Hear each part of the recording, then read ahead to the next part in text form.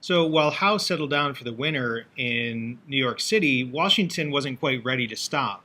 In the winter of 1776, Washington had what is often referred to as a desperate gamble.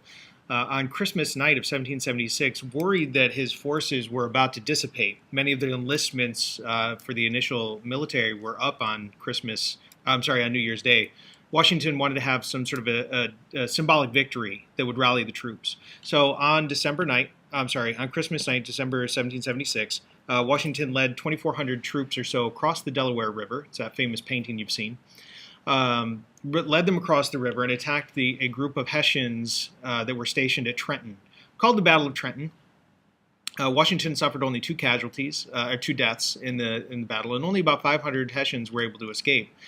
It was a resounding victory where Washington captured so many of the Hessian troops. A week later, he desperately attacks again, crossing the Delaware once again to attack in Princeton. Again, a resounding victory, and this really rallies the American morale going into the long winter, where the troops are going to be stationed at Morristown, New Jersey. During the cruel winter, the fear was actually of smallpox. Camp disease was very much a large danger at the time. So, fearing that smallpox would decimate his enemy more than British soldiers, Washington actually ordered a mass inoculation.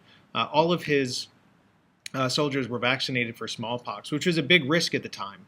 But the inoculation worked, and it proved to be one of his most strategically beneficial actions during the entire revolution.